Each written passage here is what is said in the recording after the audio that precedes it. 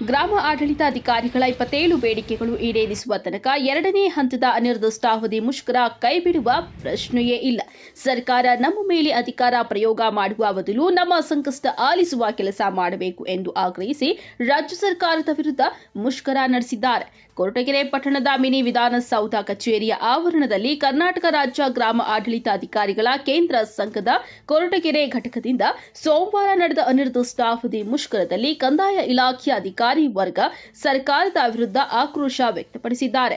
ಕೊರಟಗೆರೆ ಗ್ರಾಮ ಆಡಳಿತಾಧಿಕಾರಿ ಸಂಘದ ಅಧ್ಯಕ್ಷ ಬಸವರಾಜು ಮಾತನಾಡಿ, ಗ್ರಾಮ ಆಡಳಿತಾಧಿಕಾರಿಗಳ ಜೀವನ ನರಕಕ್ಕಿಂತ ಕಡೆಯಾಗಿದೆ. ಕಚೇರಿಯ ಜೊತೆ ಕನಿಷ್ಠ ಮೂಲ ಸೌಕರ್ಯವೂ ಸಿಗುತ್ತಿಲ್ಲ. ಕೇಂದ್ರ ಮತ್ತು ರಾಜ್ಯ ಸರ್ಕಾರದ ಎಲ್ಲಾ ಯೋಜನೆಗಳನ್ನು ಅನುಷ್ಠಾನಗೊಳಿಸಲು ನಮಗೆ ಸೌಲಭ್ಯ ಕಾಡಿಬೇಡಿ ಪಡೆಯುವಂತಾಗಿದೆ ಎಂದು ಬೇಸರ ವ್ಯಕ್ತಪಡಿಸಿದ್ದಾರೆ. ಅನಿರ್ದಿಷ್ಟಾವಧಿ ಮುಷ್ಕರದಲ್ಲಿ ಉಪಾಧ್ಯಕ್ಷ ಪವನ್ ಕುಮಾರ್, ಪ್ರಧಾನ ಕಾರ್ಯದರ್ಶಿ ಸಲ್ಮಾನ್, ಗುರುಶಂಕರ್, ಕಿರಣ್ ಕುಮಾರ್, ಮಂಜುನಾಥ್, ರಮೇಶ್, ಸುಧೀರ್, ಭಾಗ್ಯಮ್ಮ, ದೀಪಿಕಾ, ಆಶಾ, ಭವ್ಯ ಸೇರಿದಂತೆ ಇತರರು ಉಪಸ್ಥಿತರಿದ್ದರು. ಇಲ್ಲಿವರೆಗೂ ಯಾವ ಬೇಡಿಕೆನೂ ಸಹ ಇಲ್ಲ. ಮತ್ತು ಈಗ ಏನು ಬೇಡಿಕೆಗಳು ಇಟ್ಟಿದ್ದೀವಿ ಆ ಬೇಡಿಕೆಗಳನ್ನು ಸರ್ಕಾರದಲ್ಲಿ ಈಡೇರಿಸಬೇಕಂತ ಕೇಳ್ಕೊಳ್ತಾ, ಮತ್ತು ಸರ್ಕಾರಿಯಲ್ಲಿ ಮಹಿಳಾ ನೌಕರಿಗೆ ಆಗ್ತಿರುವಂಥ ತೊಂದರೆ, ಸರ್ಕಾರ ಕೆಲಸದ ಅವಧಿಯಲ್ಲಿ ಮತ್ತು ಕೆಲಸದ ಮೀರಿದ ಅವಧಿಯಲ್ಲಿ ಮೀಟಿಂಗು, ವರ್ಚುವಲ್ ಮೀಟಿಂಗು ಮತ್ತು ಕೆಲಸದ ಒತ್ತಡ ಅಧಿಕ ಇರೋದರಿಂದ ನಮಗೆ ತುಂಬ ಕಷ್ಟ ಆಗ್ತಿದೆ.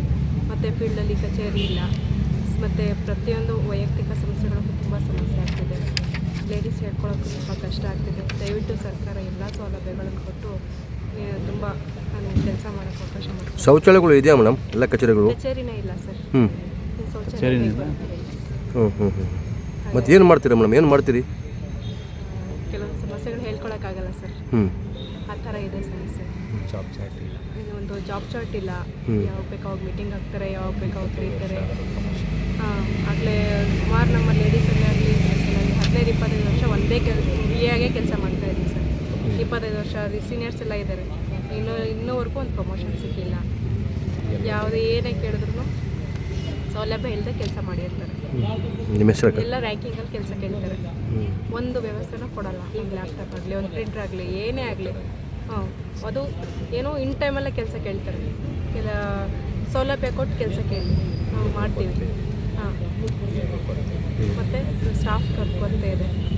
ಎಲ್ಲ ಸರ್ಕಾರ ಈಡೇರಿಸಬೇಕಂತ ನಾವು ಕೇಳ್ಕೊತೀವಿ. ನಿಮ್ಮ ಹೆಸರು ಮೇಡಮ್? ಸರ್ ಸಬಿಹಾ ಬಾನು ಅಂತ. ದಿವಸ ಕರ್ನಾಟಕ ರಾಜ್ಯ ಗ್ರಾಮ ಆಡಳಿತಾಧಿಕಾರಿಗಳ ಸಂಘ, ಕೇಂದ್ರ ಸಂಘ, ರಾಜ್ಯ ಸಂಘದ ನಿರ್ದೇಶನದಂತೆ ಎಲ್ಲ ತಾಲೂಕಾ ಕಚೇರಿಗಳ ಮುಂದೆ ಮತ್ತು ಜಿಲ್ಲಾ ಹಂತದಲ್ಲಿ ಜಿಲ್ಲಾ ಕಚೇರಿಗಳ ಮುಂದೆ ರಾಜ್ಯ ಗ್ರಾಮ ಆಡಳಿತಾಧಿಕಾರಿಗಳ ಸಂಘದ ನಿರ್ದೇಶನದಂತೆ ವಿವಿಧ ಬೇಡಿಕೆಗಳ ಈಡೇರಿಕೆಗಾಗಿ ನಾವು ಮುಷ್ಕರವನ್ನು, ಎರಡನೇ ಹಂತದ ಮುಷ್ಕರವನ್ನು ಹಮ್ಮಿಕೊಂಡಿದ್ದೀವಿ. ದಿನಾಂಕ 26/9/2024 ನಾವು ಅಂದರೆ 4 ತಿಂಗಳ ಹಿಂದೆ ನಾವು ಇದೇ ರೀತಿ ಮುಷ್ಕರವನ್ನು ಮಾಡಿದ್ವಿ. ಇದು ಎರಡನೇ ಹಂತದ ಮುಷ್ಕರವನ್ನು ಮಾಡ್ತಾಯಿದ್ವಿ. ಇದಕ್ಕೆ ಕಾರಣ ಇಷ್ಟೇ, ಮೊನ್ನೆ ಘನ ಸರ್ಕಾರವು ನಮ್ಮ ಬೇಡಿಕೆಗಳಿಗೆ ಸರಿಯಾದ ರೀತಿಯ ಸ್ಪಂದನೆ ಮಾಡಿಲ್ಲ ಮತ್ತು ಲಿಖಿತ ರೂಪದ ಯಾವುದೇ ಆದೇಶಗಳನ್ನು ತಂದಿಲ್ಲ. ಅದೇ ರೀತಿ ಕೆಲಸದ ಒತ್ತಡಗಳಿದ್ದಾವೆ. ನಮಗೆ ಮೂಲಭೂತ ಸೌಕರ್ಯಗಳಾಗಿರ್ತಕ್ಕಂಥ, ಅಂದರೆ ನಾವು ಹಳ್ಳಿಗೆ ಹೋದರೆ, ನಮ್ಮ ವೃತ್ತಗಳಿಗೆ ಹೋದರೆ ಯಾವುದೇ ರೀತಿ ಕಚೇರಿ ವ್ಯವಸ್ಥೆ ಇಲ್ಲ, ಚೇರು ಟೇಬಲ್ ವ್ಯವಸ್ಥೆಗಳು ಇರೋದಿಲ್ಲ. ಆದರೆ ಮೊಬೈಲ್ ಫೋನ್ಗೂ ಕೂಡ ಕೊಟ್ಟಿಲ್ಲ. ನಮ್ಮ ಸ್ವಂತ ಮೊಬೈಲಲ್ಲೇ ಸುಮಾರು 21 ಆ್ಯಪ್ಗಳ ಕೆಲಸವನ್ನು ನಿರ್ವಹಣೆ ಮಾಡ್ತಾಯಿದ್ವಿ ಪ್ರತಿ ದಿನನಿತ್ಯ.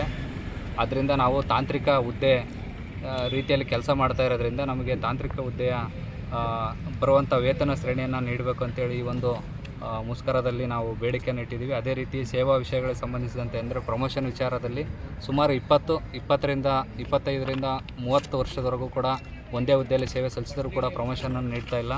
ಅದ್ರ ಜೊತೆಗೆ ರೂಲ್ಸ್ 16A ತೆಗೆದುಹಾಕಿದ್ದಾರೆ. ಕಳೆದ 4 ವರ್ಷದಿಂದ ತೆಗೆದಿದ್ದಾರೆ. ಆ ಒಂದು ರೂಲ್ 16A ತಂದರೆ ತಮ್ಮ ಸೇವಾ ಅವಧಿಯನ್ನು ಬಿಟ್ಟು ತಮ್ಮ ಜಿಲ್ಲೆಗಳಿಗೆ ಏನು ನಮ್ಮ ಗ್ರಾಮ ಆಡಳಿತಾಧಿಕಾರಿಗಳು ಹೋಗಿ ಅವರ ಸೇವೆಯನ್ನು ಮಾಡಲು ಅನುವು ಮಾಡಿಕೊಟ್ರೆ ತುಂಬ ಉತ್ತಮವಾಗಿ ಅಲ್ಲಿ ಕಾರ್ಯ ನಿರ್ವಹಿಸ್ತಾರೆ. ಅದಕ್ಕೆ ಕಾರಣ ಇಷ್ಟೇ, ವಯಸ್ಸಾದ ತಂದೆ ತಾಯಿಗಳು ಇರ್ತಾರೆ, ಅವರ ಸಣ್ಣ ಪುಟ್ಟ ಮಕ್ಕಳಿರ್ತಾರೆ. ಪಾಲನೆ ಪೋಷಣೆ ವಿದ್ಯಾಭ್ಯಾಸದ ಕುರಿತು ಅನುಕೂಲವಾಗ್ತದೆ.